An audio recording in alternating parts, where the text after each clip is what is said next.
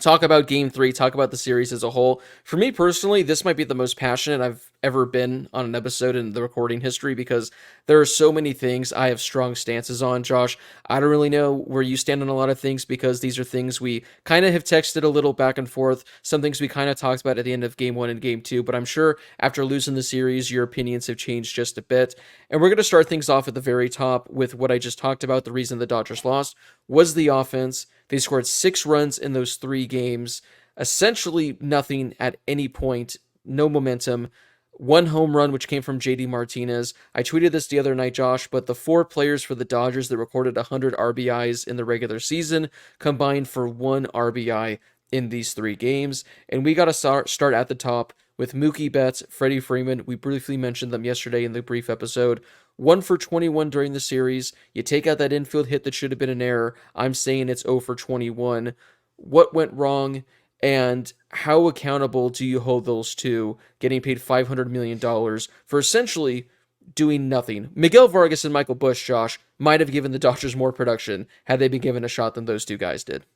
Yeah, I mean it's weird to say because you go in and you expect those guys to do something because they had all year. I mean, really, you think about the best kind of 1-2 punches in baseball, and they're certainly in the conversation, if not the best duo in the league. So, Yeah. and they've backed it up. I mean, we can. I think even after this, like, we've talked about this in college with some of our friends too. I know you guys had a really riveting baseball show as well on student radio, but you guys had talked about how like all of these awards at the end of the season, they say they don't take playoff performances in, but it seems like they do. And for me, like after the postseason, like I don't think people are going to vote for Mookie Betts for MVP. Like, but he was in the conversation. Like he certainly should have been in the conversation. I think Freddie Freeman was an outlier just because of how good Acuna and Betts were, but Freddie Freeman was in the conversation. Like these are two guys that single-handedly probably weren't going to win the Dodgers this series because nobody was doing anything, but a couple of hits here and there certainly would have made this a better series because honestly, I can't remember a time when either one of those guys came up with like a surefire chance to do something, right? Am I misremembering something? But it just seemed like you'd rely on them to Yeah. get something started and nothing would get started. I mean, it certainly wasn't the best we've seen from them. And it was funny because like they'd come up to the plate every single time and you're like, oh, at least we got these guys up. And then you know that nothing was going to happen to the point where in game 3, when the 9th inning rolled around, or when because they came up in the 8th inning of game 3, Yeah. when they came up in the 8th inning and nothing happened, that was at like the breaking point where it was like, I know nothing's going to happen. And then when it went to the 9th inning, you kind of had that little thought like, I mean, I'd rather have Kike up right now. And sure enough, Right. like those guys, at least somebody got on base. Like, I mean, I know obviously nobody got it done at that point, but that was like the inning where it was like, okay, I'd rather have some of these other guys up because at that point, through 3 games and a small sample size, the fact that they were 1 for 21 completely diminished the hope of those guys breaking through and doing something. Yeah. I mean, I don't have the exact quote in front of me, but it was from Chris Taylor, I think right before the postseason started. And he said something along the lines of like, we go as Mookie Betts and Freddie Freeman go.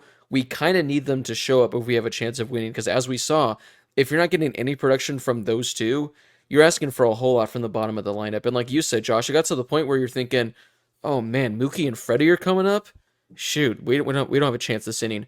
Oh, Kike Hernandez, Chris Taylor are coming up next inning. All right, now it's our chance to rally. It got to that point, and yeah, the worst part, like you said, was the 8th inning. Colton Wong draws a leadoff walk. Mookie Betts, Freddie Freeman, this is their chance to redeem themselves. They could have completely wiped out the previous 20 at bats, and they go down and back-to-back strikeouts. I don't know what it is, Josh. For Mookie Betts, this isn't just a trend in this postseason in which he went hitless. Over the last 2 postseasons, Mookie Betts is now 2 for 25. 2 for 25. And if you want to stretch this even further, Josh, if you want to add the 2021 NLCS when the Dodgers took on the Atlanta Braves, Mookie is 6 for 48, which equates to a 125 batting average, a 412 OPS, has no home runs, has only 2 RBIs, has 2 doubles. This is the guy you're paying $365 million a year. Or not a year, it felt like that. $365 million over the course of 12 years or however long it is. This is the guy that's one of the highest paid players in baseball. He has a podcast. He has a YouTube channel. He likes to bowl. He's always smiling with guys on the bases. I know it kind of drew some criticism when the Dodgers were trailing like 10-0 in game one. He was at second base, smiling, chopping it up with Corbin Carroll. This is the guy you're pretty much putting it all in towards. And he does not deliver a single hit. He has 2 hits the last 2 postseasons, and he's hitting, like I said, 125 going back to the 2021 NLCS. I get it. The Dodgers don't win the World Series without Mookie Betts in 2020.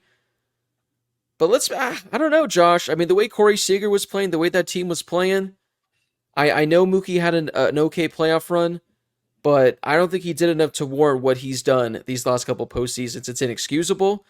I wish he would hold himself to a higher standard in his post-game interviews. I saw some tweet the other day as well where it was something like incoming Mookie Betts statement about how the other team drives nice cars too. And essentially his post-game presser from game 3 was, those other guys get paid a lot of money too. I want Mookie Betts to stand in front of the reporters, in front of the camera, and say, I sucked. This is inexcusable.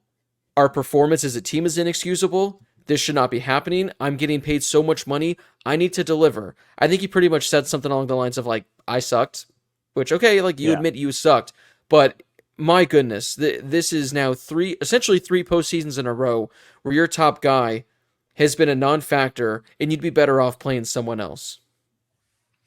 Yeah, he did after the game, after they got swept, say that he did absolutely nothing to help the team win. Yeah. So at least there's that. But That's something. yeah, but I mean, it's, obviously it's hard because, he has every year he has a good regular season, and every year he's the Dodgers' best player. And I think he's their most important player too. But the small sample size of the postseason has not bode well for him. And 2 years in a row, I mean, he hasn't delivered at all. This year he was 0 for 11. And I think that it's weird because baseball is one of those games where it's like, I don't think that Mookie Betts shows up in the postseason and it's like, well, we had a good year, right? Like, it's not like that's the fact. It's the same thing with Kershaw. Like, that's another reason why I think the whole like playoff Kershaw thing has always been kind of skewed.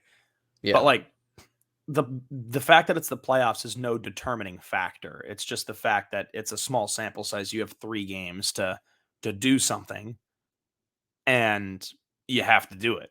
And he didn't. So I think for me, it's weird because I look at it as like okay, he's just on a cold streak. Like, this happens all the time. It's just that now 2 years in a row, it's happened at the most important 3 games or 5, let's say 5, but like the most important 5-game stretch of the season is when it's happened. And the same thing for Freddie, and the same thing for a bunch of other guys on the team. Same thing for Outman. He had an awful series. Like Peralta, Taylor, Muncy, they were all bad. Yeah. So, at some point they have to come through, especially in the way that you relied on them all season long and you expected, to get their absolute best, and to not get that in the most important 3 games of the season is tough. And in the future, something has to change. Like, if this happens again next year, then I don't know, but something has to change in the playoffs, because again, like you look back at the 2020, or you look back at the series against the Braves, the Padres, the D-backs, the team falls flat when Mookie Betts doesn't deliver. And when Mookie Betts and Freddie Freeman aren't delivering, the team has got nothing. Yeah. I mean, the only reason I give Freddie Freeman a slight pass is because at least last year in October, he was great for the Dodgers. Again, granted 4 games, but he had 357 last year, OPS of 1,300. So he was one of the few players that showed up last year for the Dodgers. But yeah, the fact that both Mookie and Freddie, I mean, Josh, again, they go 0 for 21, which I'm still saying. If they go 5 for 21, Dodgers might be up 2-1 in this series. Especially if they deliver in that 8th inning. That's the crazy thing. The Dodgers, they don't need them to be hitting 350, having an OPS about 1,000. If they just hit 250, they're in the series. It's just the fact that they got goose eggs from both. And yeah, the fact that both went cold. And it wasn't even like, Josh, at least like with Kike Hernandez, for example, when he wasn't getting hits, he was making hard contact. He was making loud outs. Chris Taylor, he had that one that was a home run in almost every park. They're having productive outs. And you said this the other day when I think we were talking about game 2, I want to say, that Kike had the hardest hit ball of the entire night because it seemed like the Dodgers weren't doing anything. Mookie and Freddie, it was like weak grounder, strikeout, strikeout. It's not like they were having sacrifice flies. They weren't hitting it to the warning track. It was just very uncharacteristic like at bats from the two. So again, it happens. We saw it happen with the Braves. Your guys can just get cold. It's only 3 games. There are plenty of 3-game sample sizes during the regular season where Mookie and Freddie both struggled. It just sucks that it happened on this stage, and it happened for Mookie, especially in back-to-back years. But at the end of the day, Josh, no one outside of Will Smith, Kike Hernandez, and Chris Taylor showed up. So, those guys are at the top when it comes to blame, but a lot of other guys get blamed that are probably just going to be forgotten about, like Max Muncy, and JD only had the one big hit. It's just those 2 guys are getting paid the big bucks, which is why I'm kind of piling on just a little extra. I mean, at least for JD, it was a big hit, but the Dodgers only Yeah. one home run in 3 games. I mean, you look at where they finished in the regular season. They hit 249 home runs. That was the second most in baseball. They hit 1 home run in 3 postseason games. The D-backs over here finished 22nd in the league in home runs. They only had 166 home runs, and they've hit, insane. 13 in the playoffs? It's 13 insane. home runs? It sounds impossible. Like, if you would have told me that, I would have been like, if you would have told me before the series starts and you were like, not only did the D-backs sweep the wild card round, but they sweep the Dodgers and they lead the postseason with 13 home runs. I mean, like, I'd say that's the worst postseason prediction I've ever heard. Like, okay, Ben Verlander. Yeah, like it's been unbelievable what they've done offensively. Yeah. And like you look at the alternative and you look at the postseason, and again, the Braves didn't do anything. They hit 307 home runs in the regular season. They hit 3 in 4 postseason games. I'll kind of give them that, but like Dodgers That's hit crazy. 1. The Dodgers also scored the fewest amount of runs of every team that advanced past the wild card round. So It's crazy. Yeah, that's what I'm saying. A player needs to come led, out and say something. Like, is this affecting you or not? Something, I'll believe it. If somebody says something, I'll believe it. That's all it's gonna take. Just one guy needs to be like, I felt cooled off at the plate, but no one wants to be the guy that blames the layoff, which I get. But yeah, if no one says I don't anything, want to do that. yeah, I wouldn't want to be the guy unless you're like a veteran that has nothing to lose. But I mean, I don't. Josh, we should just play baseball every day for about 100 days straight, then take 5 days off and see how we look. Maybe we can do our own social experiment. We'll do it. We'll get all our friends. We'll go to the park. Josh, if it's anything like the batting practice we took at Arroyo Seco that one day, it might not be pretty. Yeah. I think I got one out of the infield. I didn't hit. Oh, you didn't hit? Well, No, to be fair, their coach was like pumping gas at us, and I'm thinking, at least give us something easy to hit, but no. For those who don't know, which would be everybody, Blake and I worked for a college summer league baseball team one summer. And like second to last game of the year, they were like, all right, all the media interns get to take BP.